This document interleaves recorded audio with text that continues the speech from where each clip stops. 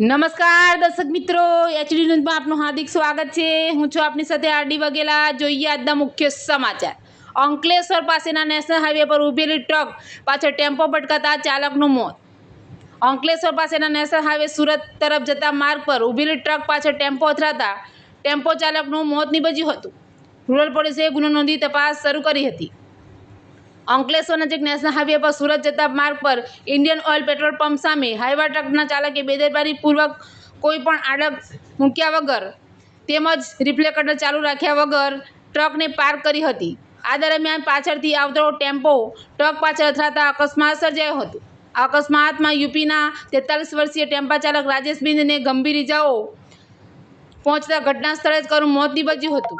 અકસ્માતની જાણ થતાં રૂરલ પોલીસનો કાફલો સ્થળ પર દોડી ગયો હતો અને મૃતક રાજેશ કુમારના મૃતદેહને પોસ્ટમોર્ટમ અર્થે ખસેડી ટ્રક ચાલક વિરુદ્ધ ગુનો નોંધી વધુ તપાસ હાથ ધરી છે। એચડી ન્યૂઝ સાથે રિપોર્ટ જયેશ પ્રજાપતિ, અંકલેશ્વર।